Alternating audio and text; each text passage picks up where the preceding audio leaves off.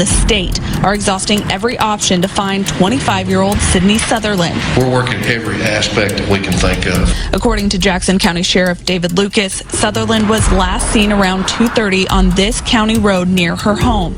A young nurse goes for a run on a sunny afternoon in her quiet Arkansas hometown. She's healthy, happy, and just back from vacation. Within hours, she vanishes without a sound, without a trace. Her family is frantic. The town mobilizes. And when the truth comes out, it doesn't just break hearts. It destroys trust. Because the man responsible wasn't a stranger. He was one of them. This isn't just the story of Sydney Sutherland's murder. It's a story about evil hiding in plain sight.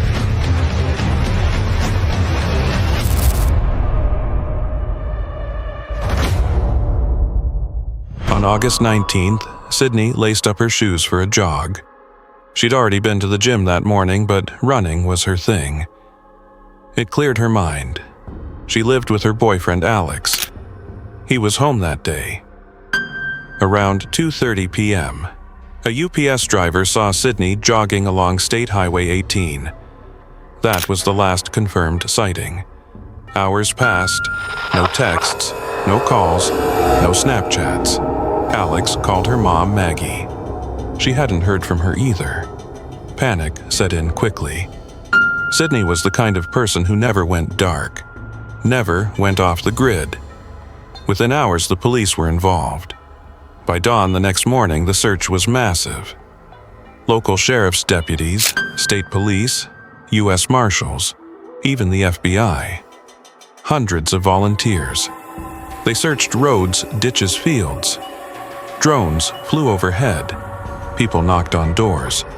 Her phone had last pinged less than a quarter mile from home. And then on August 20th, her phone was found. That's when the feeling shifted. This wasn't just a missing person case, this was something darker. The search intensified. A farmer named Quake Llewellyn, someone Sydney had gone to school with, told Maggie that he'd seen Sydney jogging, said she looked fine, that no one was following her. He gave Maggie a hug. Something about it didn't sit right. She would later say something felt off. But at the time, he was just another concerned neighbor, someone trying to help, or so it seemed. Then came the break. Police tracked Quake's movements through his phone. His location data put him in the exact area where Sydney's phone had last pinged.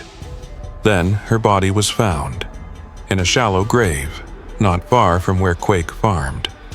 He confessed, said he hit her with his truck accidentally, panicked, put her in his vehicle, assaulted her, buried her, just like that. The man who hugged Maggie, who helped with the search, who acted like a friend, had murdered her daughter. The confession stunned everyone, but it only scratched the surface. Because what Quake Llewellyn did next was even more horrifying. He didn't just hit her in panic. That was a lie. Prosecutors believed it was premeditated. He had seen Sydney running before. He knew her routine. He had watched her, waited, planned. When he saw her that day alone on that stretch of highway, he made a choice. He turned his truck around, hit her deliberately, then took her body. What he did afterward was unspeakable. And yet, he went home, went back to work, joined the search efforts, hugged her grieving mother, slept in his bed while the rest of the town stayed awake, praying she was still alive. When detectives brought him in, Quake tried to minimize what he had done, claimed the hit was accidental, blamed dust from the road for not seeing her, but the evidence told a different story. His truck had a dent, blood on the tailgate. Surveillance footage showed inconsistencies in his story, and then there were the clothes. He admitted placing the clothes he wore that day into a laundry basket at his mother's house. Police found them. A black shirt with blonde hairs, a pair of black and pink shorts. DNA would later confirm everything. Sydney had been sexually assaulted. Blunt force trauma was the cause of death. The community was devastated. This wasn't just a tragedy, it was a betrayal. Quake was no outsider. He was from Grubbs. His family had deep roots there. His father ran thousands of acres of farmland. They were once named Farm Family of the Year. People knew them, trusted them. The fact that he had killed someone they all loved felt like a personal violation. Sydney wasn't just a face on a poster. She was vibrant, loud, loving. Her laugh filled a room. She lit up the ER where she worked. Her patients adored her. Her nieces called her Aunt Sassy. That's who this town lost. Her family organized vigils. Hundreds came. Candlelight flickering in the dark as if trying to bring her light back. But nothing could undo what had happened. As the trial loomed, new charges were added. Rape, kidnapping, abuse of a corpse. Quake pleaded not guilty, but the mountain of evidence kept growing. One anonymous source told authorities that Quake had a disturbing past, that he had tried to spy on women changing clothes, had a history of peeping, obsessive behavior, even rumors of harming animals. His wife, blindsided by the arrest, filed for divorce. She had no idea who she was married to. Investigators believed this wasn't panic. It was deliberate. They theorized he had seen Sydney jogging and made a calculated decision. A decision that ended a life, shattered a family, and left a permanent scar on a peaceful town. The trial was set to be grueling. The Sutherland family prepared for the long haul. But then came a twist. A plea deal was offered. The death penalty would be taken off the table if Quake admitted to capital murder and rape. Sydney's family agreed. Not because they wanted leniency, but because they needed closure. Her mother, Maggie, said they couldn't go through years of courtrooms, appeals, and public reliving of their nightmare. They wanted justice, but they also needed peace. Quake accepted the deal. In court, he stood and admitted what he had done. No emotion, no remorse. Maggie gave her statement. She looked him straight in the eye. Told him he had no right to take her daughter. Told him the hands that hugged her were the same ones that killed Sydney. And then she said what no mother should ever have to say. Did she cry? Did she ask for her brothers? Was it worth it? The courtroom fell into a suffocating silence after Maggie's words. Her voice trembled, but her stare never wavered. She didn't blink, didn't flinch. She told Quake that from now on, he would be just a number. No name, no identity, no legacy, just an inmate behind concrete walls wearing his shame like a uniform. The judge handed down the sentence: life in prison without the possibility of parole. No appeals, no second chances. It was over. But for Sydney's family, it wasn't closure. It was survival. They had endured 408 days of uncertainty, of fear, of grief. And now they had to learn how to keep living in a world without her. Outside the courthouse, reporters asked if they felt justice had been served. Maggie answered simply, "True justice would be having my daughter back." And how could anyone argue with that? The town of Grubbs mourned in waves. The pain came in surges at the grocery store where Sydney used to shop, on the roads where she ran, in the hospital hallways she once filled with joy. Her friends wore pink to honor her, her favorite color. Runners across the state started something called Finish Sydney's Run, an 8 19-mile journey, the same distance she never got to complete. People from all over Arkansas participated, tagging others on social media, passing the baton of remembrance. With every mile, every step, they whispered her name into the wind. Her friend Danielle said it best: her spirit is soaring through every run. Sydney's legacy didn't end in that field. It kept moving, kept breathing, in the lives she touched, in the stories told by her friends and family, in the scholarships created in her name for nursing students at Arkansas State University. Her bracelet, once scattered bead by bead on the roadside, was now whole again. One bead recovered by Maggie during the search, now worn around her wrist like a vow. And still, there were questions. Why did Quake do it? Was it impulse or obsession? Had he planned it for weeks? Why Sydney? Why then? Some speculated he had fantasized about her. Others believed it was an opportunity crime. He saw her. He acted. Cold. Calculated. But the most disturbing truth might be that he didn't have a reason. That evil doesn't always come with a motive. Sometimes it just exists. In one chilling detail, a psychologist later revealed that Quake had told him he tried to block out the murder from his mind, that he just went back to his routine as if nothing happened. He didn't confess out of guilt. He confessed because the evidence was overwhelming, because he had no other choice. He didn't feel sorry, he felt trapped. Prosecutors knew that if the case went to trial, the family would be forced to relive everything in graphic detail. The plea deal gave them something no verdict could an ending. Not justice in the purest sense, but finality. Sydney's boyfriend's mother, Amy, said she didn't want the death penalty. She wanted him to live, to suffer, to be reminded every single day of what he did. She said the death penalty would be too easy. That real punishment is living with yourself. Her husband agreed. He said evil shouldn't be given a quick exit. It should rot, it should decay, in prison, alone, forgotten. Sydney's mother chose strength over vengeance. She told Quake that she would never forgive him, but she would not let his darkness define her life. Evil will not take me down, she said. I will let go of the hate, but I will never forget. A quiet resolve, a mother's defiance, a line drawn in grief. In the days that followed the sentencing, Grubbs felt different. The same streets, the same faces, but something had shifted. The trust that once blanketed the town like morning fog had thinned, because Quake Llewellyn wasn't a stranger. He was a neighbor, a familiar handshake, a wave from a pickup truck, and now a killer. The shock wasn't just in what he did, but in who he had always pretended to be. His family had been respected deep roots in the farming community. Awards. Photos in the local paper.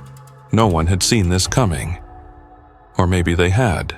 Quietly, in whispers, anonymous sources later told police that Quake had long exhibited disturbing behavior. Peeping into windows, fixating on women, watching teenage girls. Some said they brushed it off as weird. Others said they were too afraid to speak up, and so it festered. In silence, in the shadows, until one day it exploded. Investigators believe that what happened to Sydney wasn't spontaneous. They think it was the culmination of dark urges left unchecked for years. And Sydney kind, trusting, radiant Sydney was the target of that explosion. The Arkansas State Police reconstructed the timeline. They believe Quake was driving westbound on County Road 41 when he saw her jogging. He turned around, accelerated, and struck her intentionally. Then, as she lay injured or unconscious, he abducted her, took her to a remote field, assaulted her, murdered her, and buried her like trash. In the same soil where his family grew crops, where people in that town made their living.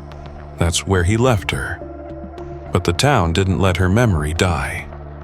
At Highway 67 and State Highway 167, near County Road 41, the overpass was renamed the Sydney Sutherland Memorial Overpass. A symbol, a reminder.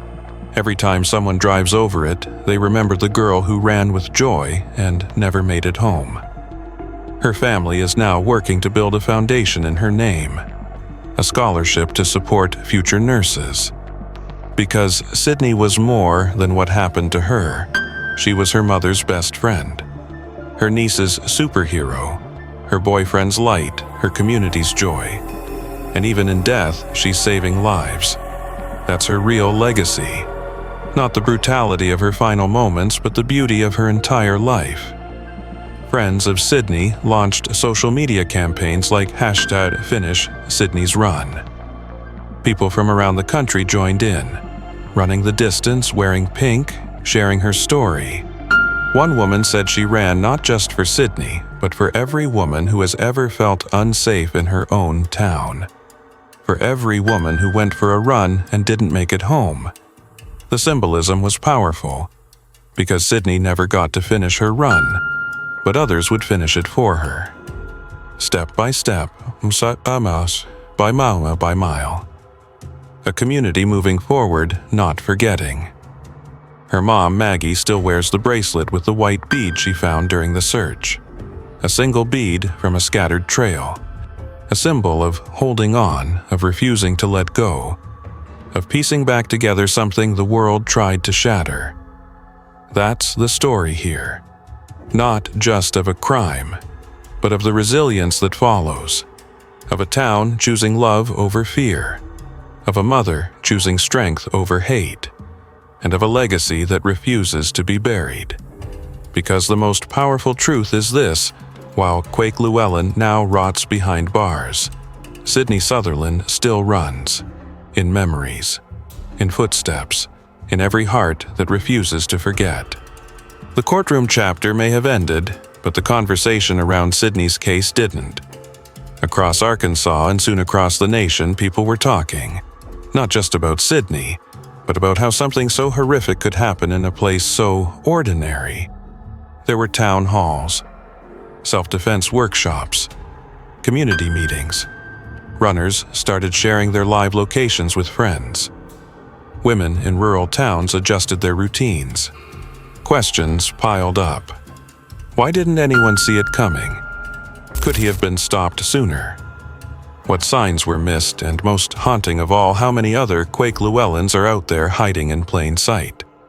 On true crime forums, amateur investigators dissected every timeline, every search effort, every legal move. They raised theories, debated motives. Some questioned if Quake had committed other assaults and never been caught.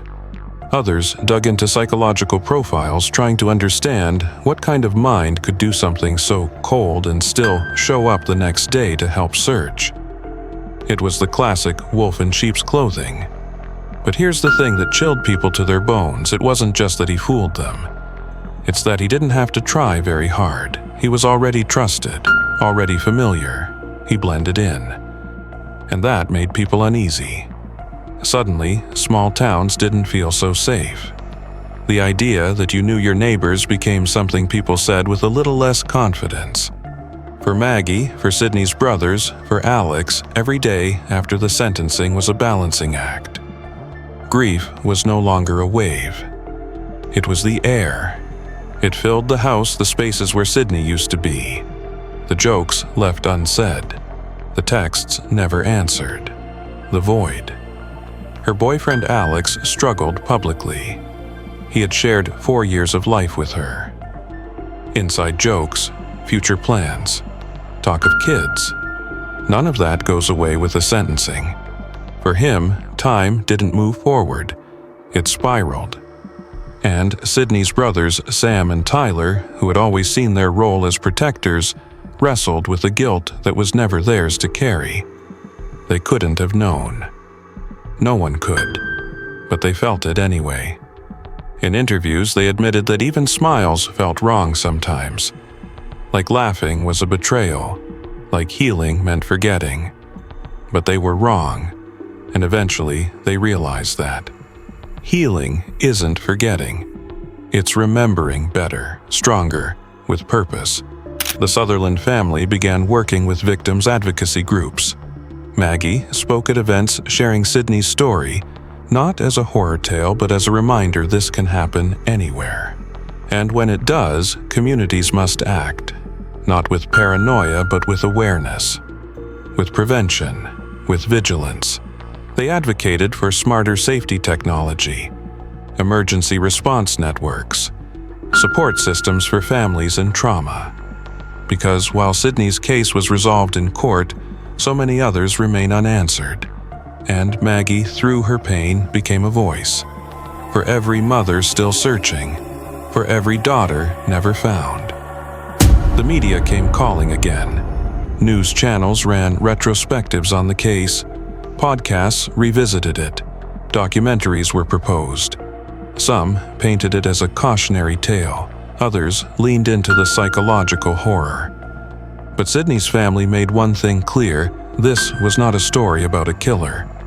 This was a story about Sydney, who she was, what she gave, and what she left behind. Not just a tragedy, but a legacy. In her hometown, there's now a bench with her name, a quiet place where people sit, reflect. Some leave flowers, others just sit in silence, but all of them feel her there, because Sydney never really left. Not in the ways that matter. Her light was stolen but not extinguished. In the aftermath of justice, something else began to take root. Not closure, because closure is a myth, but transformation. Sydney's story sparked conversations in every corner of the state. Schools hosted safety workshops. Churches held seminars on trauma and grief. Survivors of violence, many for the first time, came forward, told their stories, said her name.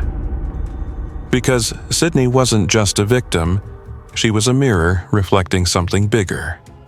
That this could happen to anyone. That the face of danger isn't always someone in the shadows. Sometimes it's the guy at the feed store, the man you wave at on a tractor, the one who went to high school with your cousin. In Grubbs, things changed. People double-checked doors, shared locations. Fathers taught their daughters not just to be kind, but to be alert. Mothers spoke more openly about intuition, about gut feelings that should never be ignored. Because Maggie's words still echoed. Something felt off. And next time someone might listen. The justice system too felt the ripple. Prosecutors and judges began pressing harder in rural cases involving women. They cited Sydney's case in closing arguments, advocated for more psychological evaluations. For law enforcement, it was a wake-up call. Not every predator wears it on their face.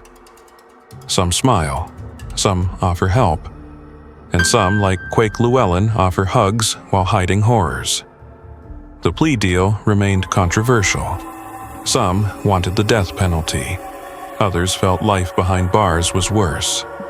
But what everyone agreed on was that Sydney's story had power. Power to scare, to move, to change. True crime communities online kept the case alive. Reddit threads with thousands of comments analyzed timelines.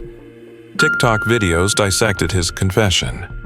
Podcasts featured interviews with locals offering theories about red flags, missed systems that failed. But there was one constant Sydney. Her photo, her smile, that unmistakable energy captured in a frame.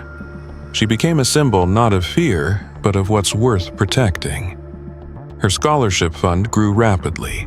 Donations came from people who had never met her, people who only knew her through a headline or a post or a video. But something in her story hit home, because Sydney had dreams, to help people, to care for others. And even though her life was stolen, that dream lived on in the nurses who now walk into hospital wings with her name on their scholarships. And then there was Alex, her boyfriend. He stayed out of the spotlight mostly, grieved quietly.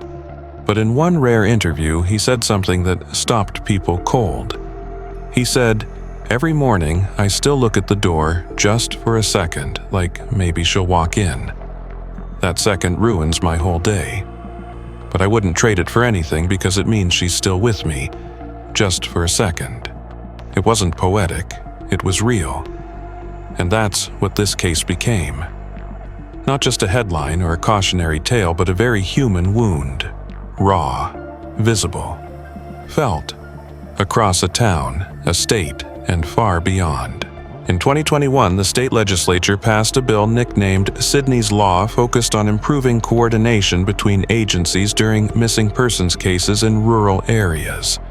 It wasn't just political, it was personal. It was a promise that the next time someone went missing on a quiet road, things would move faster, smarter, that the silence would be broken sooner, and that maybe, just maybe, another Sydney would make it home, because that's all anyone wanted.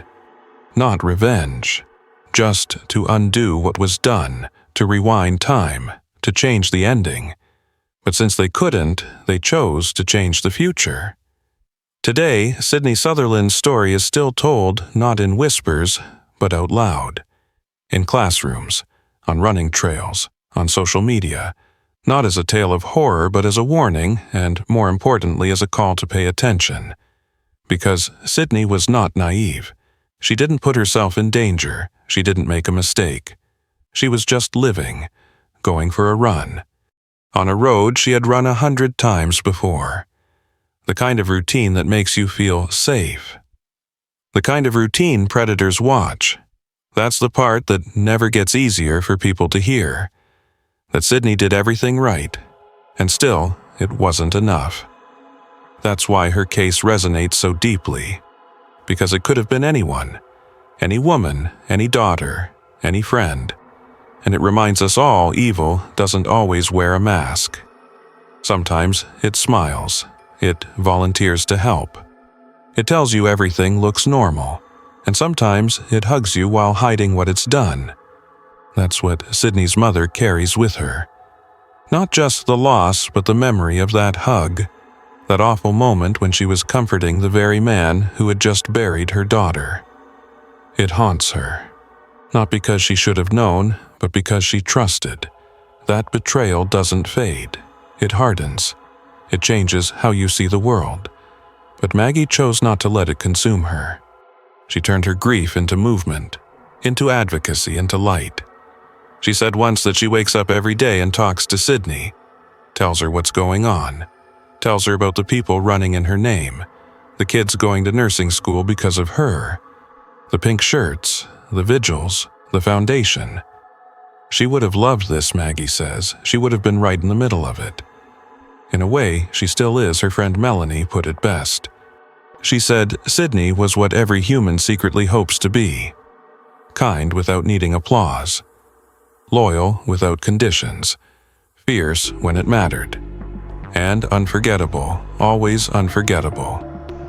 For Quake Llewellyn, there is no redemption. No epilogue. No second act. He will spend the rest of his life inside prison walls, and even that feels like a fraction of what he took. His name is already fading, his face forgotten. But Sydney's, that name is rising. Every year on August 19th, people run. Not just in Arkansas, all over the country, 8.19 miles for Sydney, to finish what she started. To say, we didn't forget. And to tell the world that her life mattered, not just in how it ended, but in how it was lived. That's how you beat the darkness. You don't just survive it, you outshine it. So here we are, a small town, a tragic crime, a mother's unimaginable loss, but also an unbreakable community, a movement born from heartbreak, a spirit that refuses to stay buried. Sydney Sutherland's story could have ended in a field, in silence, in statistics, but it didn't, because people stood up, spoke out, kept running, kept remembering, and kept building something better from the ashes. In a world where stories like this happen far too often, Sydney's stands out not just because of its tragedy, but because of its echo. The echo that says we will not forget. We will not be silent, and we will never stop running with her, for her, until every Sydney out there makes it home.